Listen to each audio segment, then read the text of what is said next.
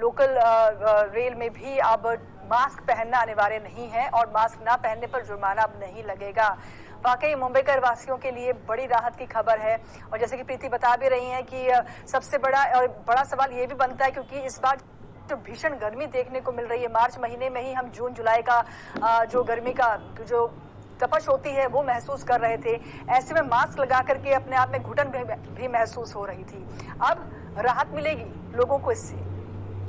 हरीश।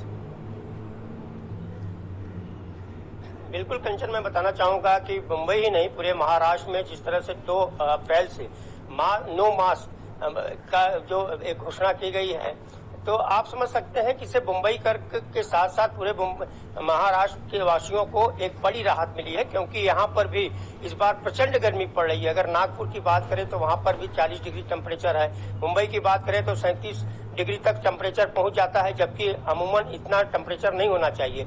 वहीं मुंबई की धड़कन कही जाने वाली लोकल ट्रेन की बात करें तो उसमें इतनी भीड़ होती थी और उसके बाद मास्क लगाकर जो सफर नहीं करता था उसे जो है अपने जेब खाली करने पड़ते थे, यानी कि उसे वसूला जाता था जो वहां पे तैनात होते थे मुंबई महानगर पालिका के कर्मचारी। तो अब इससे एक राहत मिली है। और वहीं दूसरी तरफ जो बाहर गांव से ट्रेनें आती थी और बहुत सारे यात्री ऐसे आते थे, जब वो स्टेशन से बाहर आते थे तो उस दौरान उनसे भी मुंबई महानगर पालिका के जो गार्ड्स होते थे, जो वहां पर तैनात किए गए होते थे, वह जो है उनसे पैसे वसूलते थे। और दूसरी चीज हम बताना चाहेंगे कि गुड़ी पाड़वा है, 2 तारीख को नवरात्र की भी शुरुआत है। और गुड़ी पाड़वा जो है महाराष्ट्र का एक बहुत बड़ा त्योहार है और उसमें बड़े पैमाने पर लोग जुलूस निकालते हैं, घरों घरों जाते हैं, सारी राजनीतिक पार्टियां भी सड़कों पे उतरती हैं, ढोल नगाड़े बजाते हैं। और तो एक राहत तो बहुत बड़ी मिली है। दूसरी चीज अगर देखा जाए, रमजान का महीना आ रहा है, मुस्लिम का त्योहार है, वहीं आम्बेडकर जयंती आ रही है, तो इन सारे त्योहारों में एक तरह से पब्लिक खुल करके सड़कों पे आएगी। और वहीं पर मास्क जो है नहीं लगाने की बात तो कही गई है, लेकिन ये भी कहा गया है सरकार की तरफ से कि गैर जिम्मेदारी आप इतना न बरतें जिससे कि आने वाला समय आपके लिए दुखदायी होगा।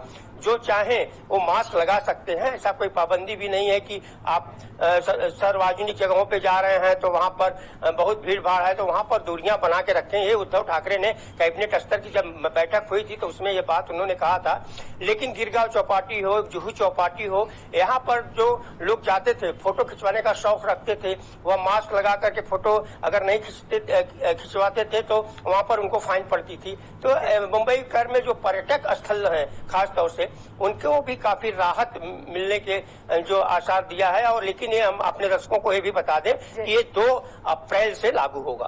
बिल्कुल 2 अप्रैल से लागू होगा। शुक्रिया आपका हरीश तिवारी।